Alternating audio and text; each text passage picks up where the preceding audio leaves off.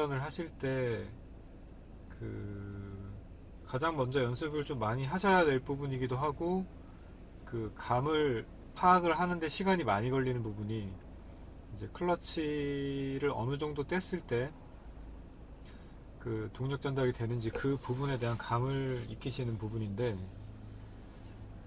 자, 거기에 대해서 제가 어떻게 설명을 드릴까 좀 사실 고민을 좀 했어요. 근데 이렇게 설명을 드리면 아마 이해하시기 쉽지 않을까라는 생각이 드는데, 우선 클러치를 완전히 밟았을 때 상태를 5라고 한번 가정을 해보죠. 그러면 완전히 뗐을 때 상태를 0이다 라고 가정을 해보면 5단계로 이제 나눌 수가 있는데, 그 나눌 5단계에서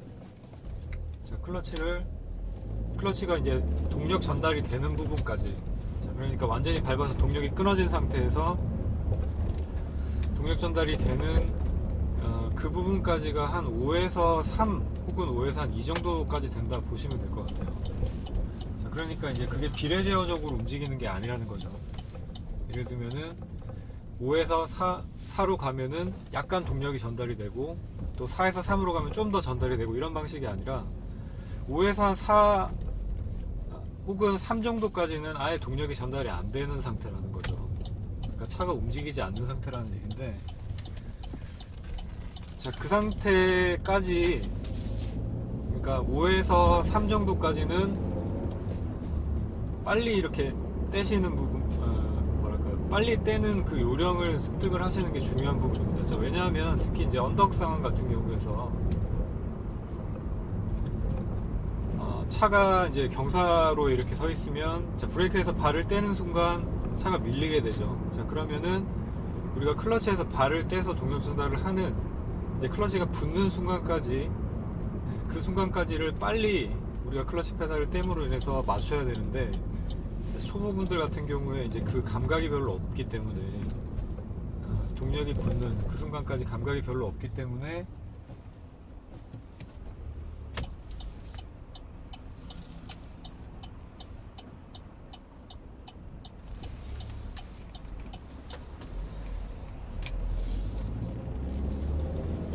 그 순간에 대해서 감각이 별로 없기 때문에 차가 이제 뒤로 밀리게 되는 거죠.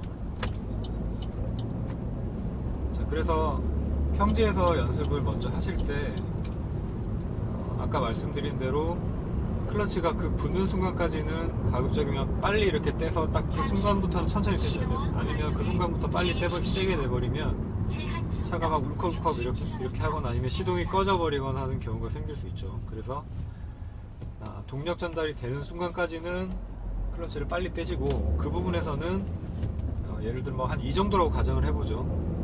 2에서 0까지, 그 부분에서는 5에서 3까지 가는 부분보다 천천히 클러치를 떼셔야 됩니다.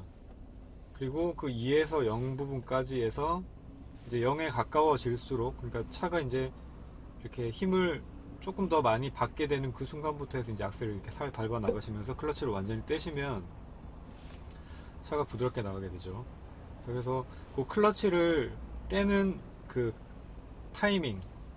타이밍에 충분히 익숙해지셔야지 경사도로에서 좀 밀리지 않고 차를 잘 이렇게 주행을 하실 수가 있게 됩니다. 자, 정리를 한번 해보죠. 자, 그래서 클러치를 밟는 단계를 5단계로 이제 나눠 봤을 때, 자, 클러치를 완전히 밟은 상태가 5라고 가정을 해보면, 자, 동력이 붙는 상태, 그러니까 동력이 전달이 되는 상태가 한 이 정도라고 가정을 해보죠. 그러면 5에서 2까지, 5에서 혹은 3까지 정도까지는 빠르게 이렇게 쓱 떼는 정도? 뭐 어떻게 표현을 해야 될지 잘 모르겠네요. 뭐 한 1초 미만의 속도로 이렇게 쓱 떼고, 이제 그 부분을 넘어가서부터는 쓱 이렇게 발을 떼셔야 됩니다.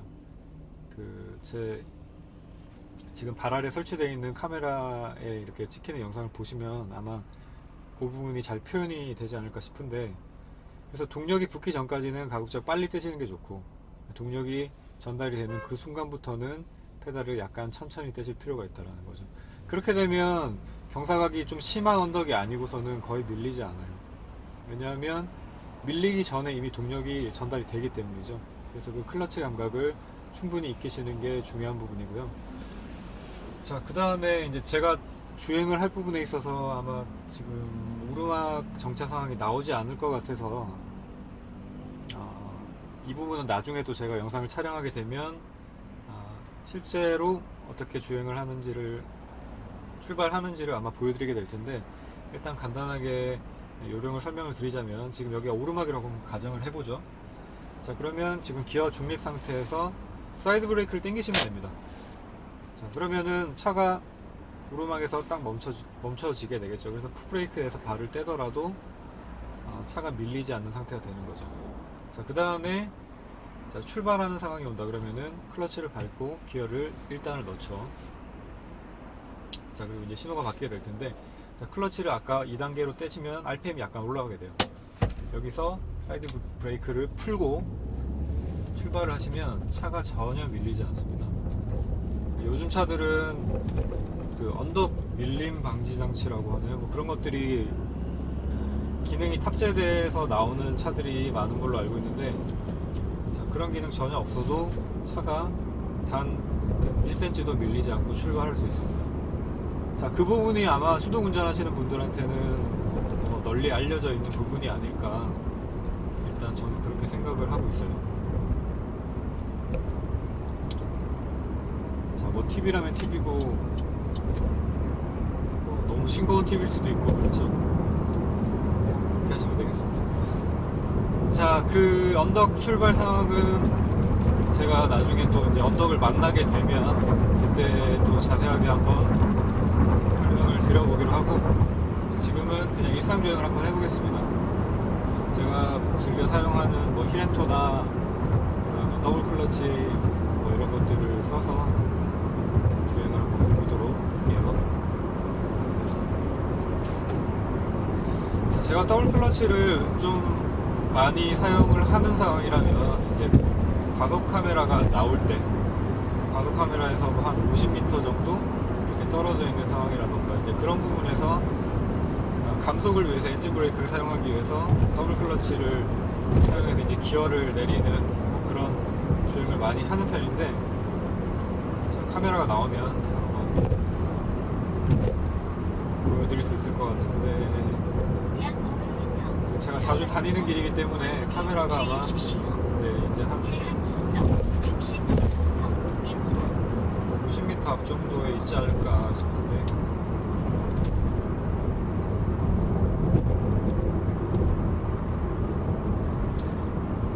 오늘 차가 좀 밀리는 것 같네요. 자, 이런 상황에서 이제 감속을 위해서 저는 더블 클러치를 쓰는 거죠. 자, 그러고 이제 엔진 브레이크 걸린 상태에서 그냥 쭉 주행을 하게 되면 속도가 자연스럽게 떨어져서 이제 제한 속도에 맞춰지게 돼요. 그래서 저는 그런 것들을 계산을 해서 주행을 하는 편이라 카메라 앞에서 뭐 브레이크를 따로 밟거나 그럴 일이 거의 없습니다. 저 같은 경우에는 그렇게 주행을 하는 편이고, 힐앤토 같은 경우에는 보통은 이제 코너에 진입하기 직전에 이제 토크밴드를 좀 유지를 하면서 코너에 들어갈 때 사용을 하거나, 아니면 추월 가속을 하는 상황에서 사용을 하는 편인데,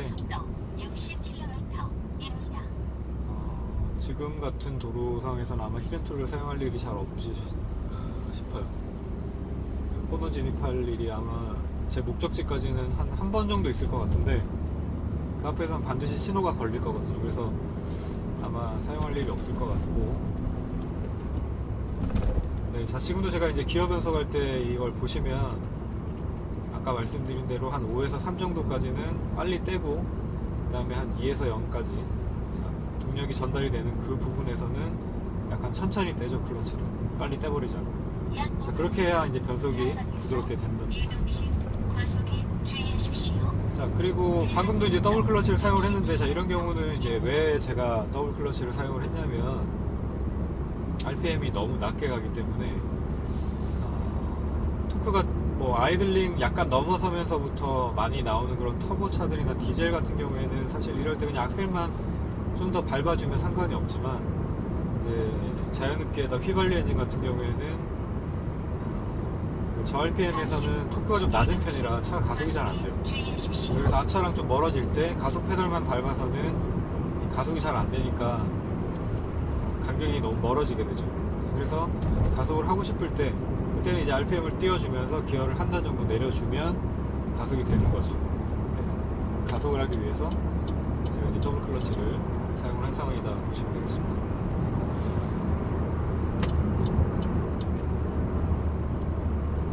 자, 60km. 네. 자, 지금은 카메라가 너무 가까이 있는 상황이라서 제가 그 더블 클러치 같은 그런 그 다운시프트만 가지고서는 엔진 브레이크만 걸어서는 적정 속도의 감속을 하기가 힘든 상황이라, 그래서 제가 이제 힐앤토를 쓰면서 브레이크까지 같이 더한 거죠. 그러면서 속도에 맞게 좀 감속을 했고요.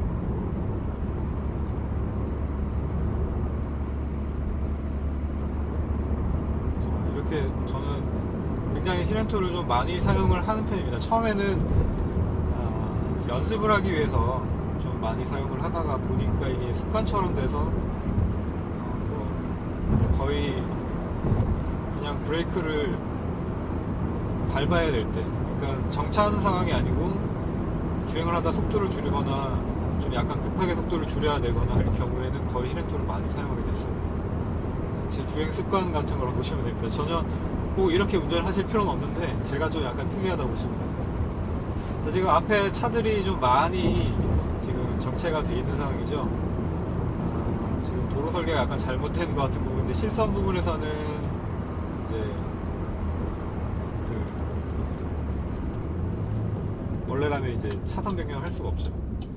네, 그래서 이제 점선부분까지 왔는데, 이제 이렇게 정체가 돼 있는 상황에서는 이 부분에서 브레이크를 급하게 밟을 수밖에 없어요. 원래라면. 아니면 고가도로를 건너기 전에 미리 차선 변경을 해서 왔었어야 됐는데, 제가 이제 이렇게 말씀을 드리면서 운전을 하다 보니까, 말하면서 운전하는 게 쉽지가 않네요. 하다 보니까 이제 차선을 지금 버스 차선 빼고 1차선 쪽으로 달리다가 거의 끝에 와서 이렇게 차선 변경을 하려고 하다 보니까 변경 구간에서 앞차랑 거리가 굉장히 좁아졌죠. 그래서 그 거리 간격을 맞춰서 감속을 하고자 방금은 힐앤토를 사용을 해서 감속을 했고요. 자, 이런 식으로 감속을 할 때도 힐앤토를 많이 사용을 한다 보시면 되겠습니다. 자, 그리고 평지에서도 이제 출발할 때 이 부드러운 출발이 어려우신 분들 같은 경우에, 아까 제가 말씀드린 5단계 요령을 기억을 하시고 연습을 하시면 부드럽게 출발이 아마 가능하시지 않을까 싶고요. 비단 언더뿐만이 아니라 출발 상황에서도 같죠.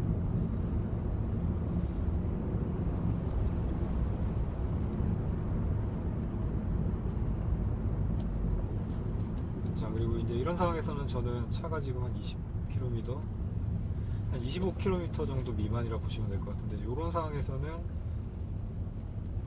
관성을 이용한 주행을 하다가 브레이크를 밟거나 뭐 이런 식으로 저는 간격을 맞추는 편이에요. 다른 분들은 또 어떻게 하시는지 모르겠지만,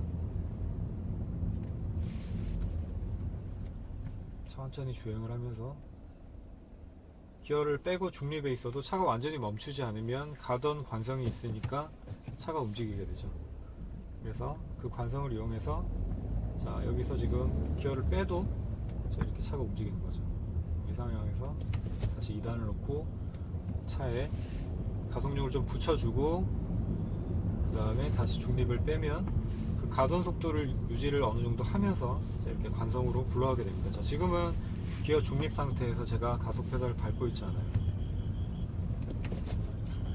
자, 좀 빨리 가야 되겠네요.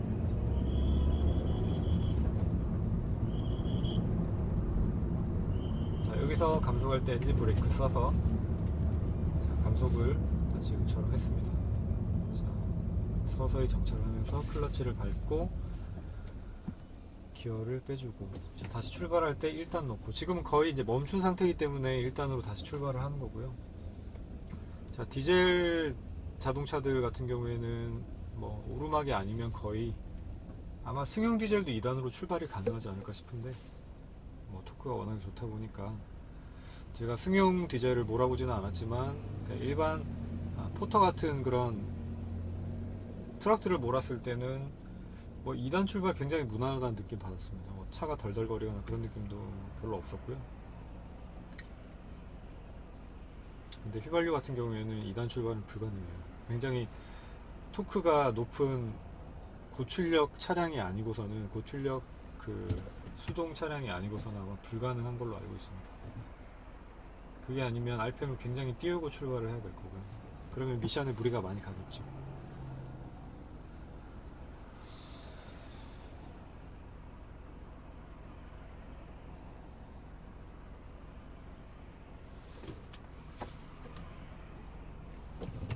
자, 지금도 제가 5단계에서 3단계 정도까지는 클러치를 빨리 떼고, 그 다음에 2단계부터는 약간 천천히 클러치를 떼면서 동력 전달을 최대한 부드럽게 하려고 지금 신경을 쓰면서 주행을 하고 있습니다.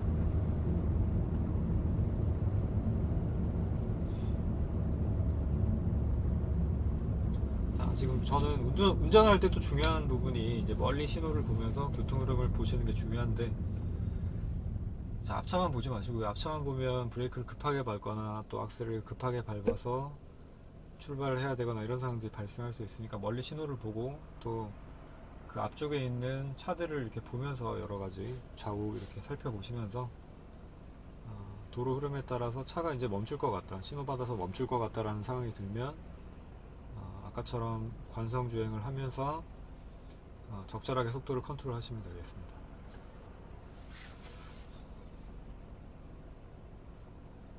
자, 수동차 같은 경우에는 또 이제 이런 상황에서는 그냥 사이드 브레이크 당겨놓고 브레이크에서 발 떼고 있을 수도 있죠. 자, 요즘 차들, 요즘 오토미션들은 어떤지 모르겠지만 예전에 이제 그 트랜스미션 기술, 자동 트랜스미션 기술이 좀 이렇게 잘 발달이 되기 전의 미션들 같은 경우에 이제 현대차들은 뭐 유리 미션이라는 말들이 굉장히 유명했다고 하더라고요.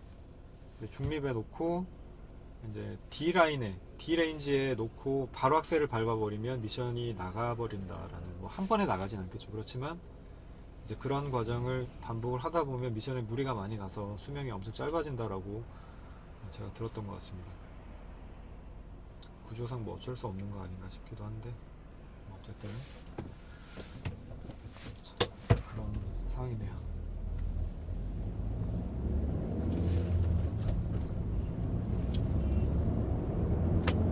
네, 자, 저는 이제 여기서 좌회전을 해야 되는 상황이고요.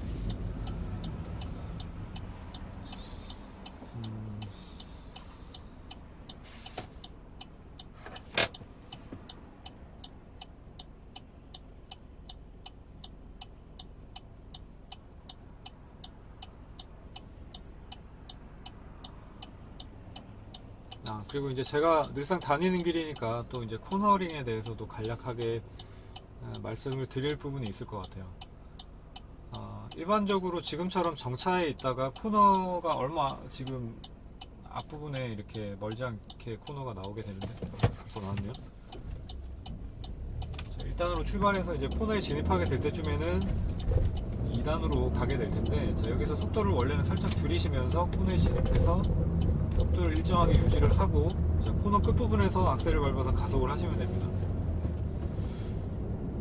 자, 뭐 2단에서 가는 부분이고 지금 속도가 뭐 한 30에서 40km 미만이라서 특별히 뭐 그런 부분이 필요하지는 않은데, 그 코너 진입 전에 속도를 너무 높이시면 그 차량 거동이 굉장히 불안정해지기 때문에 내 차가 어느 정도 속도에서 코너에 접어들었을 때 안정적으로 움직일 수 있다, 뭐 이런 것들은 평소 주행으로 그 감을 익혀두시는 게 좋습니다. 자, 그리고 과속 방지턱 앞에서도 요령을 하나 보여드리자면, 지금 여기서는 방지턱 넘자마자 우회전이기 때문에 거의 정차 수준으로 정차를 해야 되겠죠.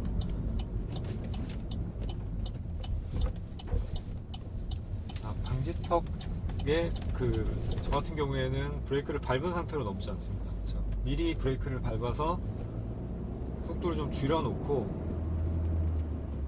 그 다음에 방지턱은 악셀을 밟으면서 넘는데요. 자, 그 부분이 왜 그 그게 이제 그렇게 제가 주행을 하느냐 하면, 자, 우리가 일반적으로 그 하중이동이라고 이렇게 표현을 하는 부분이 있는데, 우리가 그 브레이크를 밟게 되면 차가 이렇게 앞으로 약간 이렇게 뭐랄까 그 가라앉게 되죠. 앞부분이 뒷부분보다는 약간 더 가라앉게 되죠. 그래서 하중이 앞쪽으로 간다라고 표현을 할 수가 있겠는데, 일반적인 우리가 도로에서 타는 그 승용차들은 대부분 하중이 그렇게 이동이 됩니다.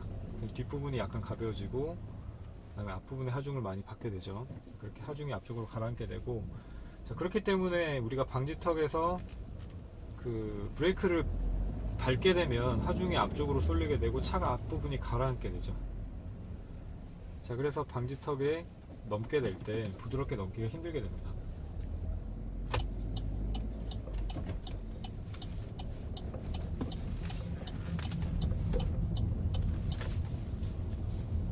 자, 왜냐하면 이 진입각이 생각을 해보시면 방지턱이 이렇게 높게 올라와 있는데 차는 앞쪽에 하중이 내려가 있는 상태로 턱을 넘게 되면 충격을 많이 받을 수밖에 없게 되겠죠. 자, 그래서 방지턱 앞부분까지 속도를 충분히 줄여 주신 다음에, 그다음에 방지턱 부분에서는 악셀을 밟게 되면 앞부분으로 쏠렸던 하중이 다시 원래대로 회복이 되면서 앞부분이 약간 들리게 되겠죠. 그래서 하중이 뒤로 살짝 넘어가면서 방지턱을 부드럽게 타고 넘을 수가 있게 됩니다. 자, 그 부분이 이제 서스펜션 수명 연장에도 도움이 아마 되지 않을까 싶고요.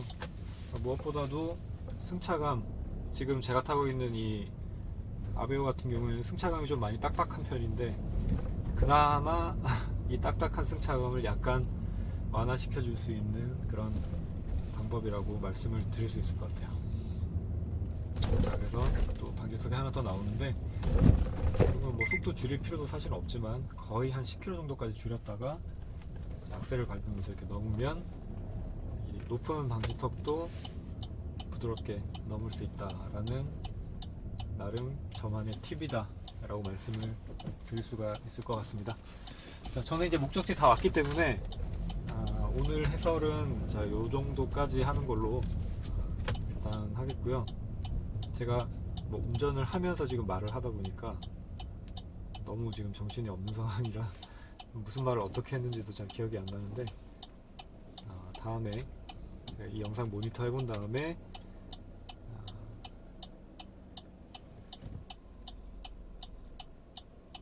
왜 안 나가고 있지? 영상을 모니터 해본 다음에 또 보완하거나 뭐 할 부분이 있으면 그때 또 이런 영상을 한번 촬영해 보기로 하겠습니다. 자, 영상 보시고 궁금하신 점 있으시면 댓글로 많이 남겨주시고, 그러면 제가 최대한 설명드릴 수 있는 부분은 또 설명을 드려보는 그런 시간을 갖도록 한번 해보겠습니다. 자, 오늘은 여기까지입니다. 감사합니다.